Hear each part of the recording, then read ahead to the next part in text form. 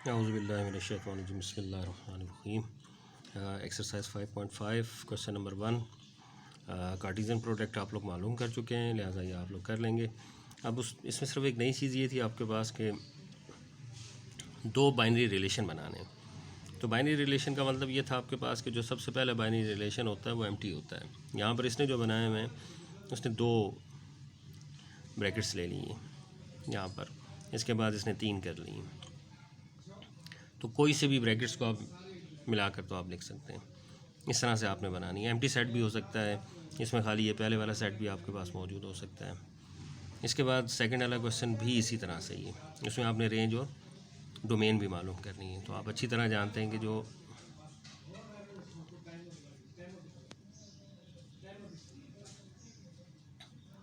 X वाले जितने components आपके पास मौजूद होते हैं, यानी यहाँ पर ये -2 और 1, ये इसकी डोमेन होगी।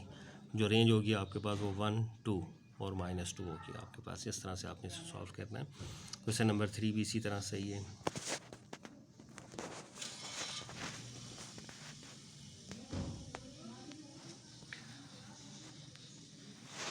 क्वेश्चन नंबर 4 बाकी रह गया। क्वेश्चन नंबर 5, तो इसमें उसने एक कंडीशंस दे दी हैं आपको कि अगर एल आपके पास ये होता है, नेचुरल नंबर से इसका ताल्लुक है एक्स, तो ये 1 से लेकर 5 तक होगा आपके पास सेट। इसी तरह से ये प्राइम नंबर हैं और ये लेस दैन 10 है आपके पास, ठीक है ना। तो सबसे पहले तो आप सेट बनाएंगे इनके, जैसे एल था और एम था। फिर आपने इनकी प्रोडक्ट फाइंड आउट करनी है। ये देखें, इसकी प्रोडक्ट फाइंड आउट होगी। उसके बाद फिर आपने जो रिलेशन उसने दिए हुए हैं जिस कंडीशन में, उसको पूरा करना है। यानी सबसे पहले वो ये कहता है कि ऐसे आपने ऐसी ब्रैकेट्स लेनी है जिसमें y लेस दैन हो x के, यानी x ग्रेटर दैन हो, तो वो ये सारी बनती हैं आपके पास यहाँ पर उसमें। फिर इनकी आपने डोमेन और रेंज आपने बतानी है। जैसे पहले भी मैंने आपको बताया था कि डोमेन आपके पास होगी, x वाले तमाम वैल्यूज़ होती हैं, और रेंज आपके पास जो मौजूद होती है वो y वाली होती हैं। तो इस तरह से ये आपके पास ये क्वेश्चन पूरा हो जाएगा। कहते हैं इंडिकेट द रिलेशंस। ये उसने क्वेश्चन दिया हुआ है आपको, रिलेशन 1 देता है। यहाँ पर अगर आप इसको सबसे पहले इनकी डोमेन और रेंज निकालेंगे, आप देखेंगे डोमेन और रेंज आपके पास दोनों इक्वल हैं। तो यहाँ पर एक ऐसा फंक्शन बनेगा जो बाइजेक्टिव होगा, यानी सेट ए के तमाम एलिमेंट्स का रिफ्लेक्स आपके पास मौजूद होगा सेट बी के अंदर। इस तरह से हम R2 की तरफ चलते हैं। डोमेन आपके पास मौजूद थी इसकी ये, और रेंज आपके पास ये आती है। अब देखा जाए तो यहाँ पर जो था 3 एलिमेंट था, इसकी 2 इमेजेस बनती हैं सेट बी के साथ। तो लिहाजा ये आपके पास एक रिलेशन होगा, ठीक है ना, फंक्शन नहीं होगा। अब हम मज़ीद आगे आते हैं तो यहाँ पर आप देखेंगे इसकी रेंज आपने निकाल ली और डोमेन आपने निकाली है।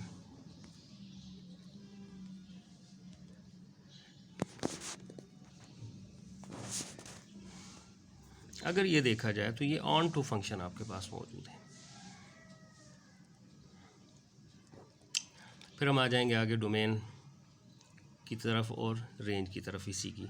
तो आप यहाँ पर देख सकते हैं कि फिर वो उसी तरह से आपने देखा कि यहाँ पर 4 और 3 जो से हैं, लेकिन कोई भी जो एलिमेंट्स है इसका सेट ए का, वो इसके साथ डबल इमेज नहीं बनाता, जिसकी वजह से ये ऑन टू फंक्शन होगा, ठीक है ना। ये ऑन टू फंक्शन है। और इसके बाद हम R5 पर आ जाएं तो इसमें आप देखेंगे कि ABCD आपके पास मौजूद है और रेंज आपके पास मौजूद है।